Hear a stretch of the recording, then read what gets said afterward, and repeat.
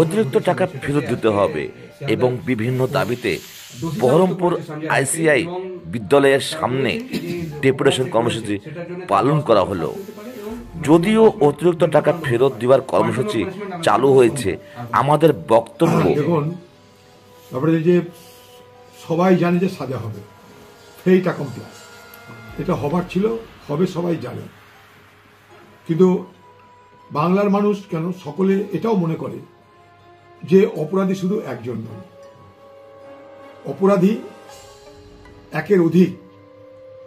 সব থেকে বড় কথা মনে করে দেখুন, আমি একটু আপনাদের অতীতে নিয়ে যাওয়ার চেষ্টা করছি। যখন ঘটনাটা ঘটেছিল সেই সময় মুখ্যমন্ত্রী এবং সেই সময় যে সিপি মিস্টার গোয়েল, এরা দুজনেই কিন্তু বলেছিলেন যে একজনকে ধরেছি, আরো কয়েকজন আছে, এক সপ্তাহের মধ্যে আরো 4-5 জনকে আমরা ধরে ফেলব। মুখ্যমন্ত্রী বলেছিলেন, সে আগের কলকাতার পুলিশ কমিশনার বলেছিলেন। খালি আপনারা রেকর্ডটা দেখে নিন, আপনারা রিওয়াইন্ড দেখে রেকর্ডটা দেখে নিন। তাহলে যেখানে বাংলার মুখ্যমন্ত্রী জানেন যে আরো কয়েকজন ছিল, সিপি জানেন যে আরো কয়েকজন ছিল, তারা কারা? কোর্ট কি করবে? কোর্টের কাছে যা অভিযোগ আছে, কোর্টের কাছে যা এভিডেন্স আছে, যা তথ্য আছে, প্রমাণ আছে, তার ভিত্তিতে কোর্ট সাজা দেবে। কিন্তু হয়তো বিচারকেরও মনে হয় আরো জড়িত কেউ থাকতে পারে, হতে পারে, কিন্তু তার তো সেটা প্রমাণ করার ক্ষমতা নেই। প্রমাণ করার ক্ষমতা পুলিশের ছিল, প্রমাণ করার চেষ্টা করার দায়িত্ব ছিল সিবিআই। সেখানে পশ্চিমবঙ্গের পুলিশ কিছু করেনি, এটা আমরা জানি। সিবিআই তারা গা ভাসিয়ে, তারা উদাসীনতার সঙ্গে তদন্ত করেছে, এটা আমরা মনে করি। তাই স্বাভাবিকভাবেই হয়তো বিচার হলো, তদন্ত হলো, সাজা হয়তো হবে, কিন্তু তাদের সন্তুষ্ট হওয়ার জায়গা খুঁজে পাচ্ছি না। কারণ এটা একটা চক্রান্ত হয়েছে, এটা পরিকল্পিত চক্রান্ত হয়েছে।